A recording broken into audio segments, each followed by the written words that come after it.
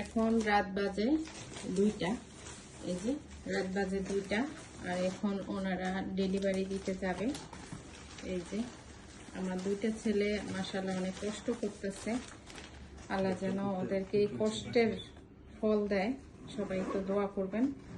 এই যে এখন রাত 2টা বাজে, তো এখন 2 ভাই বের হয়ে যাচ্ছে ডেলিভারি দেওয়ার জন্য। 2জনে যাবে।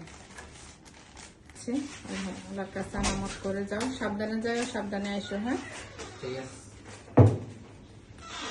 আল্লাহ হাফেজ। এই যে 2 ভাই বের হয়েছে, আমাদের এই যে 2 ভাই যাইতেছে। আর আমাদের বাসার সামনে একটা দোকান আছে, মুদি দোকান। উনি এখনো দোকান বন্ধ করে নাই, এখন মনে প্রস্তুতি নিচ্ছে বন্ধ করার জন্য।